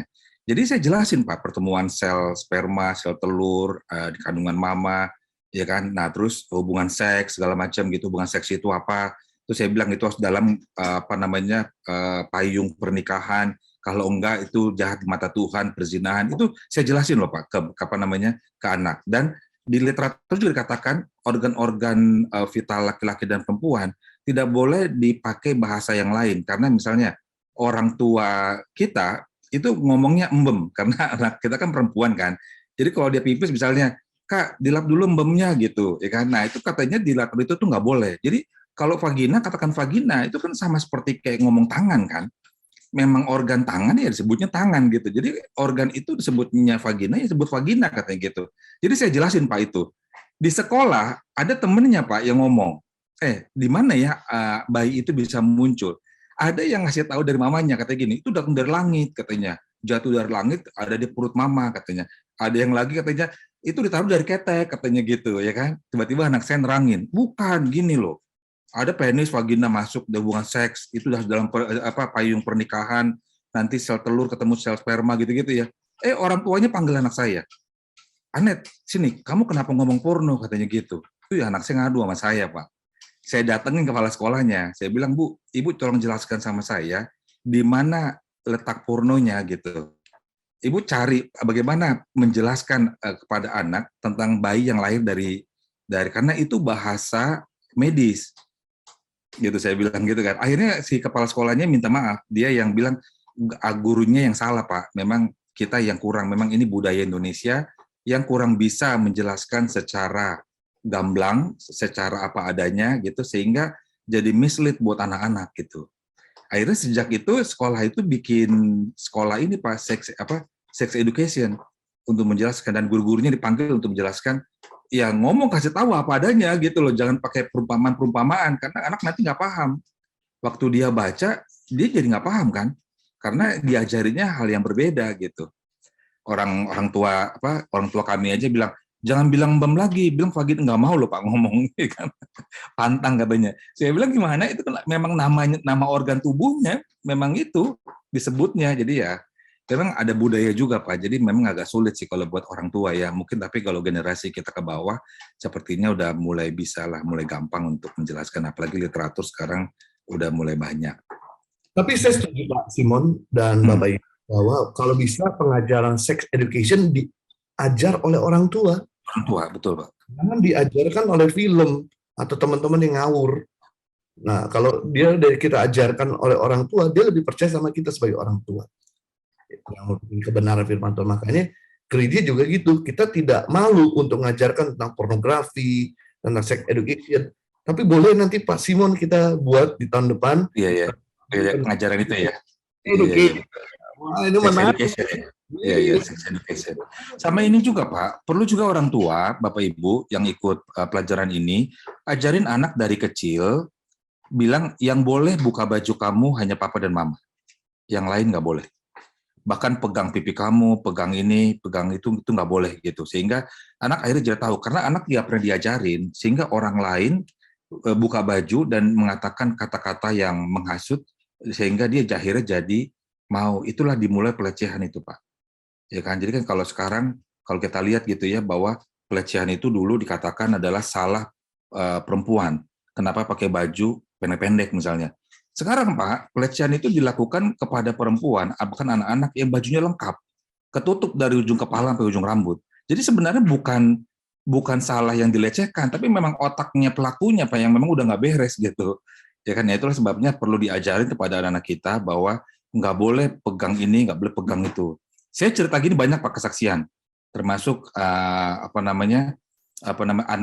saya itu punya teman di sekolah, sudah SMA nih, itu gurunya suka pegang lengannya Pak, jadi tangannya suka masuk ke antara lengan, ya kan. Jadi anak saya tegur kan, dibilang gini, lu nggak risih, Mister itu pegang masuk ke, ya risih sih Net, katanya gitu. Kan pasti kena payudara lu, katanya gitu kan. Ya memang iya. Ya lu ngomong dong, nggak berani Pak. Nah, anak saya ngomong sama saya, Pak, si ini Mister ini suka masuk tangannya ke sini Pak. Kakak udah ngomong, tapi dia nggak berani. Saya samperin ke kepala sekolahnya. Samperin kepala sekolahnya ngomong, si gurunya dipanggil, akhirnya gurunya dikeluarin. Ya kan ternyata nggak cuma dia, nggak cuma satu anak. Nah setelah itu si anaknya bilang, Net, kok misteri itu keluar ya gitu. Dia kan nggak tahu kalau saya yang ngomong. Terus kata anak saya juga nggak tahu kan awalnya, tapi akhirnya saya ceritain. Dipanggil katanya si Pak Mister ini dipanggil tuh sama prinsipal katanya. Terus nggak lama dia resign katanya gitu. Keluar. Itu stres berat loh Pak si anak loh. Jadi Bapak Ibu ya jangan dipikir anak yang dilecehkan itu baik-baik aja, mereka tertekan sangat berat. Gitu ya, itulah sebabnya sebagai orang tua harus berdiri di belakang mereka untuk membela mereka gitu. Kadang-kadang mereka nggak paham apa yang harus dilakukan. Tapi kita orang tua yang harusnya paham. Betul, ini merupakan bibit bisa ke arah yang lebih dalam seperti yang terjadi di pesantren kemarin kan. Iya. Betul, Pak. Oke. Yang berikutnya, apakah ada contoh tokoh di Alkitab yang bisa diteladani dalam hal parenting, Pak? Contoh di Alkitab dalam parenting,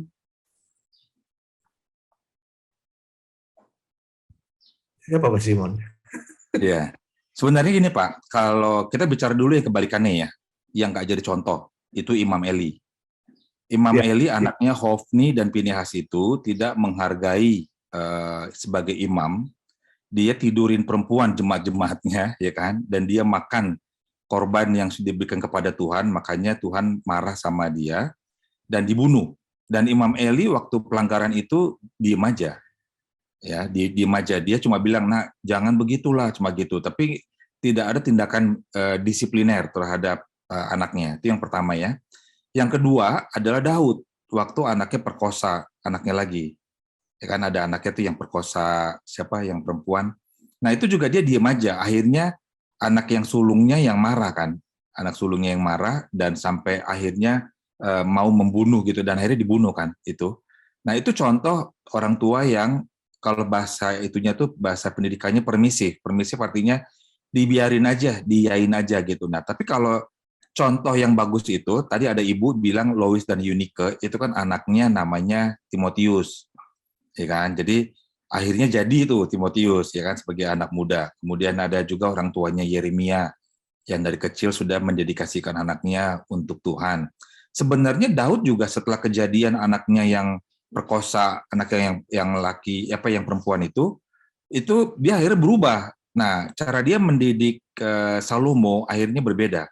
Akhirnya Salomo bisa menjadi raja sesuai dengan apa yang diinginkan dan menjadi orang yang sangat bijaksana. Memang ada masa orang tua itu belajarlah dari kesalahannya gitu, tapi harus belajar, jangan sampai udah salah ya terus melakukan salah, terus didiemin melakukan salah. Harus belajar dan berubah menjadi lebih baik. Nanti Tuhan yang akan perlengkapi. Ya termasuk Yusuf dan Maria juga salah satu contoh orang tua yang bisa mendidik anak ya, yang dia bawa seumur tertentu ke rumah Tuhan, diajarin gitu ya, dan memang diajarin kerja juga gitu loh Yesus gitu. Saat ada umur-umur yang memang dia 12 tahun itu dididik sama Yusuf dan Maria, setelah 12 tahun dibawa ke rumah Tuhan. Gitu kan, dan ada masanya dia harus dewasa dilepaskan. Walaupun ibunya bilang dia berat untuk melepaskan anaknya gitu. Demikian dari saya Pak Jojo. Yes, keren. Memang saya lihat di Alkitab semua masih bertumbuh. Manusia, Alkitab itu jujur ya, dia buka sisi angle negatifnya, kekurangan maksudnya kekurangannya dan ada sisi positifnya. Tapi berarti menunjukkan bahwa setiap orang tua masih terus belajar, tidak pernah berhenti. Ya, contoh yang menarik tadi sudah disampaikan Yusuf dengan Maria, Louis dan Eunike. Ya, berikut ya. Bagaimana peran orang tua dalam membantu anak untuk menemukan panggilan, visi, dan tujuan dari Tuhan bagi masing-masing pribadi? Ya, pertama temukan menjadi panggilan artinya dengan passion-nya dia. Apa yang menjadi kerinduannya, apa yang menjadi daya tariknya. Kita bisa lihat begini, ketika dia tertekan, dia tetap mengerjakannya itu. Ketika dia dalam keadaan jenuh, dia tetap mengerjakannya itu. Ketika dia tidak dibayar, dia tetap mengerjakannya itu. Itu merupakan gift-nya. Seperti contoh anak kami, gift-nya itu editing.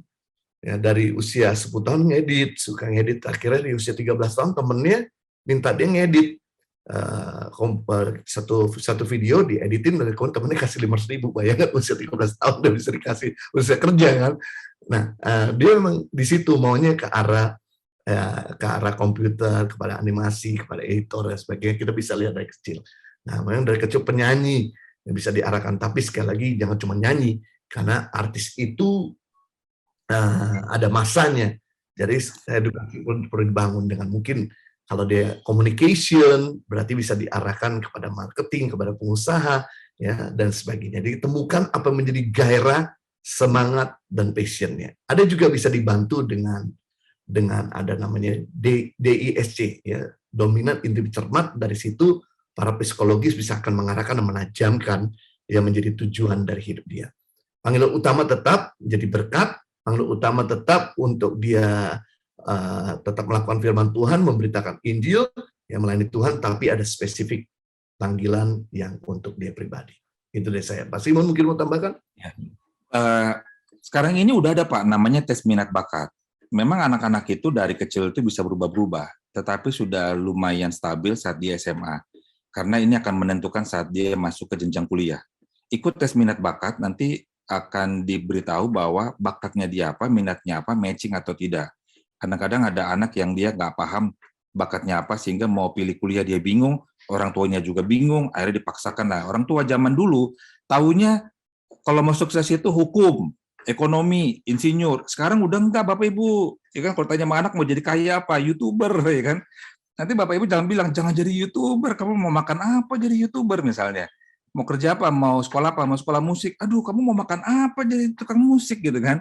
Padahal zaman ini, mereka-mereka itulah sekarang yang kaya. Karena kalau orang yang accounting, sekarang udah digantikan mesin Bapak Ibu. Ada aplikasi buat gantiin orang accounting. Ya kan, jadi udah nggak lagi zamannya insinyur itu, hukum itu yang berhasil gitu ya. Walaupun saya nggak bilang itu nggak berhasil, tapi maksudnya zaman sudah bergeser, bahwa anak-anak itu sudah nggak lagi tertarik untuk mereka ngambil seperti zamannya kita. Jadi zaman ini ngambilnya fashion design, interior design, graphic design misalnya. Jurusannya DKV, ya kan, desain komunikasi visual DKV. Nah, itu Bu, masukin mereka ke tes minat bakat, tapi cari yang bisa konseling. Karena tanpa konseling ya cuma dikasih hasil, kadang kita orang awam nggak paham cara bacanya. Tapi dengan konseling nanti dikasih tahu, oh bakatnya anak Bapak Ibu ini, kuliahnya harusnya ngambilnya ini. Jadi diarahkan kepada mereka. Bapak Ibu jangan terlalu berpikir dulu, Tuhan mau pakai apa buat dia, pelan-pelan Bapak Ibu ya. Karena jangan sampai nanti kalau dia gagal, dia nyalain Tuhan Bapak Ibu ya. Kata mama, katanya Tuhan bilang panggilan saya ini, ternyata dia susah. Enggak. Bapak Ibu, panggilan Tuhan itu harus kepada pribadinya, yang langsung dia mengalami pengalaman rohani, supaya dia bisa ngalamin sama Tuhan dan dia memenuhi panggilan Tuhan dengan dirinya, bukan karena orang tuanya. Demikian Pak Jojo tambahan dari saya. Oke, yang berikutnya Pak Jojo. Ini lumayan berat nih Pak Jojo pertanyaannya. Apa namanya? Ada anak, jadi bentar, ini dia udah jadi populer, jadi naik lagi ke atas. Apa belum terlambat mendidik anak? Karena anak saya umur 12, 9, dan 7 tahun. Karena selama di kandungan, anak-anak saya selalu dipenuhi kecewa, amarah, kepahitan kepada suami dan keluarga saya. Berarti yang mengajukan ini mamanya. Ya, di dalam mendidik anak tidak ada kata terlambat. Nah, selama anak itu masih ada dalam naungan kita punya tanggung jawab dan otoritas untuk mendidik mereka. Nah, caranya yaitu mulai coba pelan-pelan menjadi sahabat. Kalau begitu anak udah usia 12 tahun ke atas, karena tidak bisa kita datang seperti superhero yang mendiktator begitu, tapi menjadi seorang teman, menjadi seorang ibu, menjadi seorang mentor, menjadi seorang pendidik dengan cara yang sehari-hari. Artinya coba lebih santai di atas meja makan, beritahu kalau memang kasih tahu kalau memang dia ada pahit, ada kecewa, sampaikan permintaan maaf dari seorang mama kepada anak tersebut. Ya, jadi saya percaya bahwa permintaan maaf ini salah satu bentuk daripada pemulihan. Yang kedua, buktikan bahwa perkataan yang disampaikan, kekecewaan yang disampaikan itu tidak terbukti dengan kasih, keteladanan, kesucian, perhatian, itu dilawan, ditebas semua. Ya, dengan prinsip-prinsip firman Tuhan yang kita lakukan. Yang ketiga, yaitu arahkan anak itu untuk bertumbuh dalam pengenalan Tuhan, supaya anak itu pulih. Karena firman Tuhan itu bisa memulihkan, seperti Daud ketika dikecewa sama pemimpinnya, dia ambil firman, dan firman itulah yang memulihkan hatinya. Nah, Mazmur itu adalah kitab pemulihan hati. Orang kecewa, orang down, dan sebagainya di kitab Mazmur. Dan kemudian arahkan anak itu juga bisa bertumbuh di dalam pengenalan Tuhan dalam komunitas. Supaya dalam komunitas itu dia terus diingatkan oleh teman-temannya, firman Tuhan dan sebagainya. Ini akan menuntun anak itu pulih, perlahan demi perlahan, dari anak yang baik. Ya. Dan yang sempurna. Istri saya juga begitu. Kami mengalami broken home juga, ya, sama-sama istri saya broken home, papa mamanya bercerai, saya juga papa mama saya bercerai, tapi kita bisa mulai dari diri kita, dan jangan sampai hal ini terjadi lagi atau pengulangan kejadian kepada berikutnya kepada anak kita. Yes, mungkin dari Pak Simon ada mau tambahkan? Ya, memang gini Bu, karena yang bertanya ini kan Ibu ya. Sebelum Ibu mengharapkan pemulihan anak-anak, Ibu dulu yang harus dipulihkan. Jadi Ibu harus punya pemulihan bahwa Ibu sudah mengampuni papanya mereka, kalau ketemu sudah biasa aja, karena kalau Ibu tidak dipulihkan, maka anak akan sulit untuk dipulihkan. Karena pemulihan itu kalau datang dari orang tua terlebih dahulu, maka anak-anak akan lebih mudah untuk mereka pulih. Nah, ada hamba Tuhan yang memang panggilannya untuk pelayanan pemulihan atau pelayanan konseling. Nah, Ibu bisa cari tahu ya, yang memang hamba Tuhan yang panggilannya adalah untuk pemulihan luka batin, atau karena anak ini luka dari sejak dalam kandungan. Jadi saat nanti dilayani, maka anak-anak akan bisa pulih. Tanpa itu akan sulit untuk dipulihkan karena mereka sudah terbawa dari sejak dalam kandungan. Karena Mazmur 139 ayat yang ke-13 itu dikatakan bahwa Tuhanlah yang menenun kandungan di dalam ibu gitu ya. Jadi waktu dirajut oleh Tuhan itu ada intervensi dari orang tua, yaitu dalam bentuk kekecewaan, maka itu akan terbawa saat dia lahir.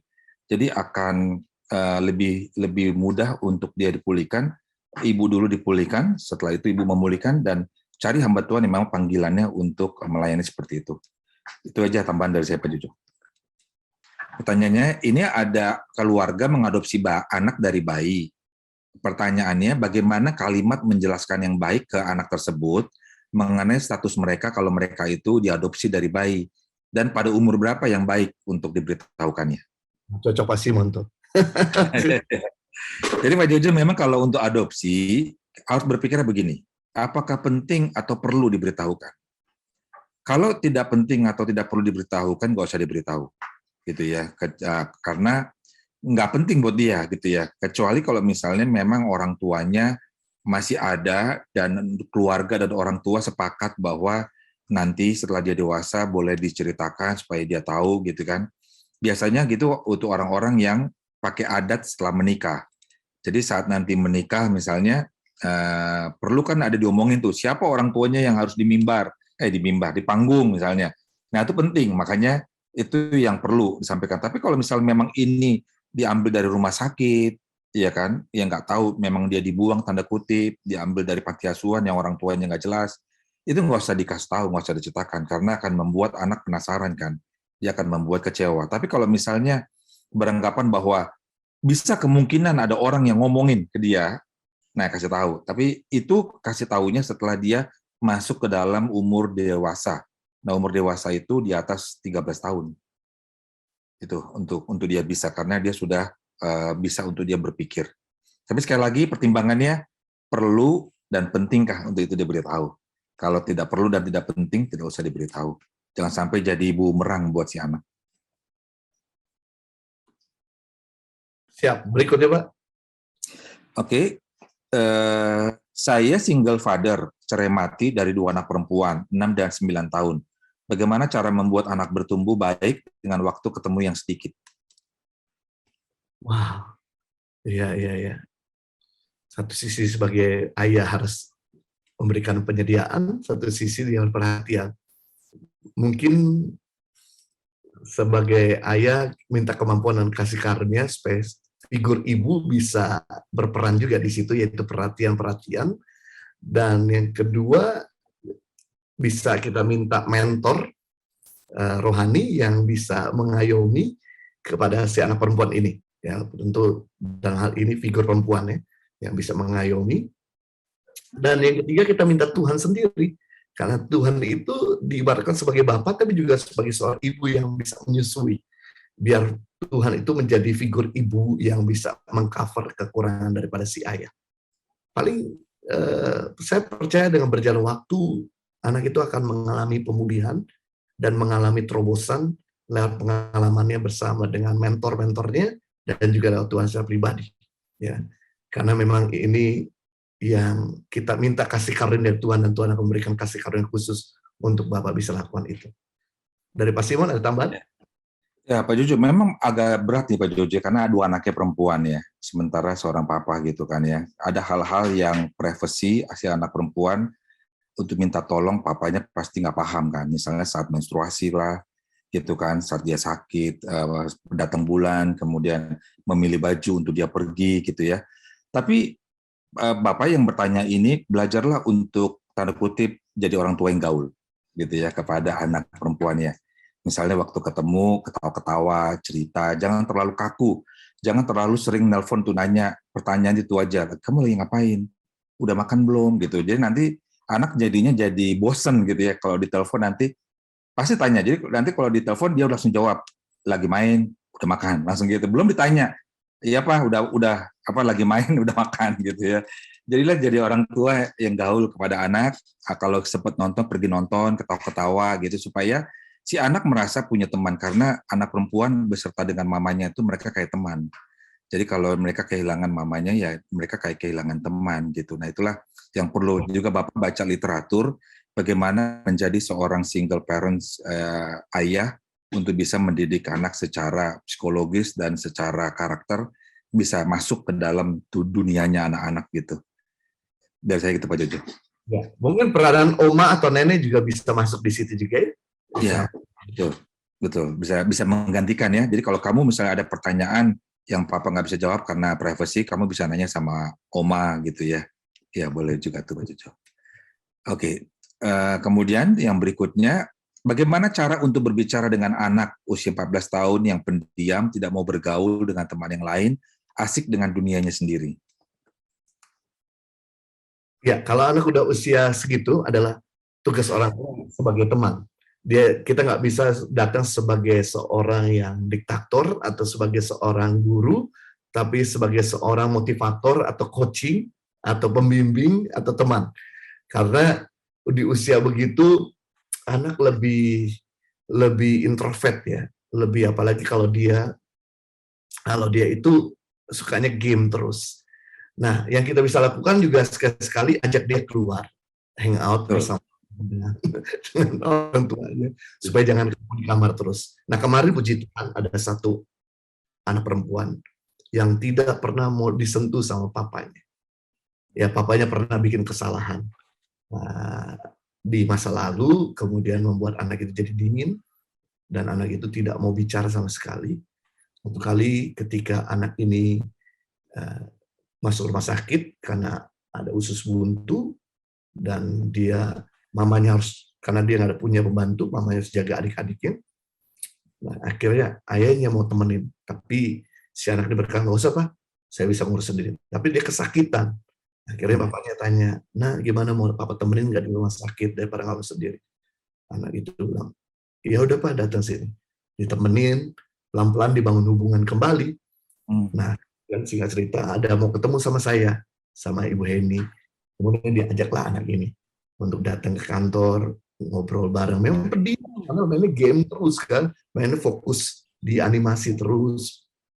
Lagi kita ajak bicara, dan dia mulai bicara. Kemudian dilakukan sama orang tuanya, diajak anak-anak Tangan Pengharapan untuk bisa presentasi, ngobrol sama anak ini. Akhirnya anak mulai terbuka dan mulai bercakap-cakap. Jadi hal yang baik sekali sebagai orang tua, inisiatif ya. Untuk jangan cuma membiarkan anak itu hanyut di dalam kesendirian ya, tapi mulai bersosialisasi. Itu deh, saya mungkin ada tambahan dari Pak Sim. Nah, itu udah bagus Pak Jojo. Sudah cukup.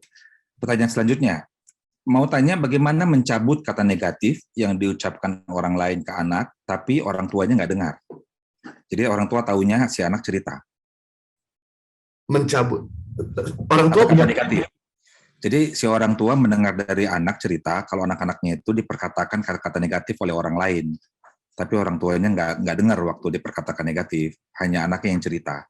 Nah, anak punya otoritas. Kita sebagai anak Tuhan punya otoritas untuk mencabut, mematahkan semua kutuk. Jadi kita bisa katakan tolak dalam nama Yesus, aku cabut semua dalam nama Yesus. Kita bisa lakukan itu. Nah, kalau memang mau disampaikan sama orang tua, disampaikan untuk doa sama-sama, dan orang tua juga bisa mencabut sebagai payung atau tudung daripada anak dengan mencabut dan mematahkan. Karena setiap kita punya kuasa untuk menghancurkan dan mengatakan segala kutuk. Ya, oke. Yang terakhir nih Pak Jojo, pertanyaannya juga bagus nih. Apakah semua perintah orang tua itu harus dituruti sama anak?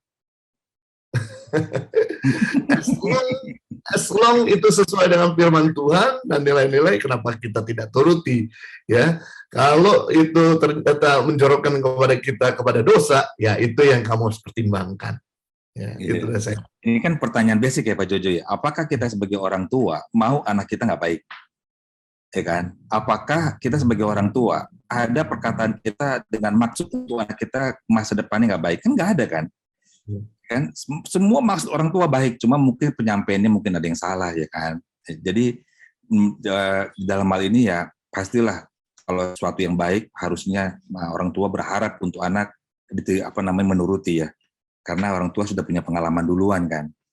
Kalau istilah saya tuh gini ya, saya punya pengalaman pernah anak muda, tapi anak muda belum tentu bisa seusia saya.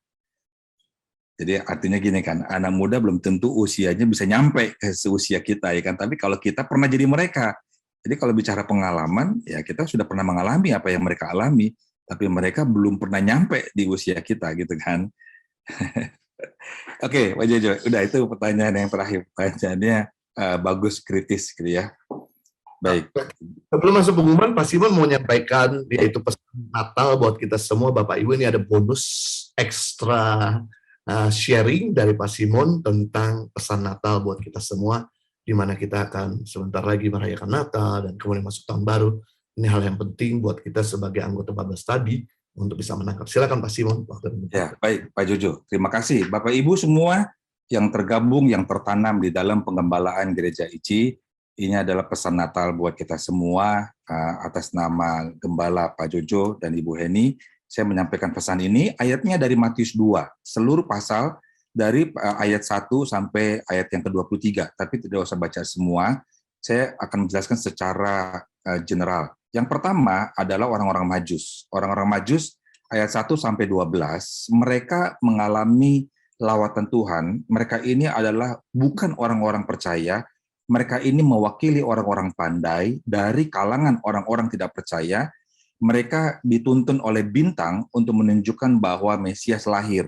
Dan orang ini yang tidak pernah dengar tentang Mesias, mereka percaya, mereka mengikuti arahan bintang itu, tetapi mereka yang mengklaim bahwa yang lahir ini adalah Raja Yahudi.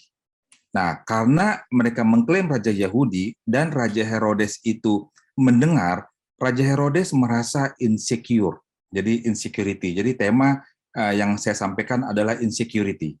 Jadi Raja Herodes karena mendengar bahwa orang Majus, karena mereka mewakili orang percaya dari negeri timur, bahwa yang lahir ini adalah Raja Yahudi, sehingga Raja Herodes merasa insecure. Karena Raja Herodes merasa insecure, Raja Herodes minta kepada orang Majus untuk diberitahukan di mana tempat bayi Yesus itu lahir. Karena tujuan Herodes adalah mau membunuh bayi Yesus.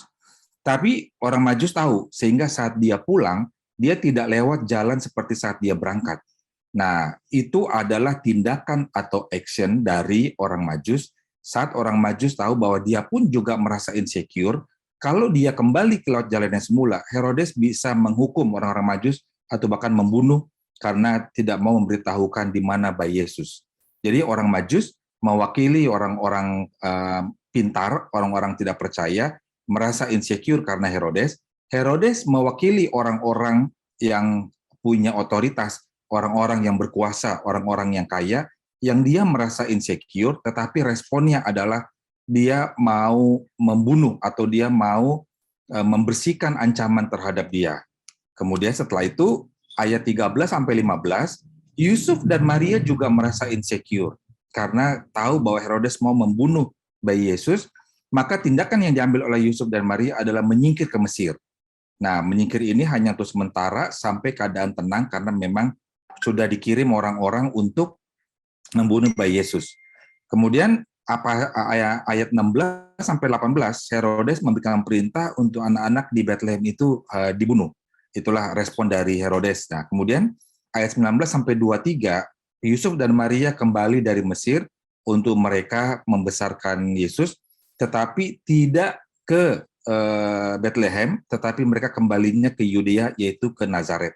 Di Nazaretlah bayi Yesus itu dibesarkan. Nah, pesan Natal hari ini, Bapak Ibu, dengan keadaan sekarang ini, bahwa banyak orang merasa insecure, insecurity ini menjadi ancaman buat internal kehidupan masing-masing, tapi lihat bahwa Yesus datang menebus kita, memberikan damai sejahtera. Jadi buat kita semua, jangan sampai merasa insecurity.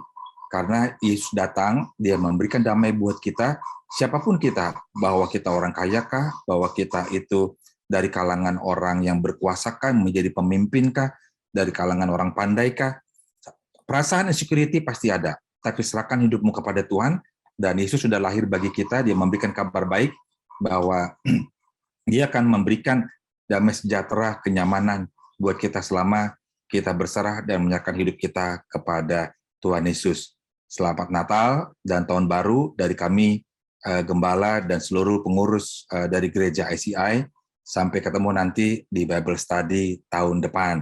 Tuhan Yesus memberkati Bapak Ibu dan keluarga, dan kita terus maju di dalam Tuhan. Amin.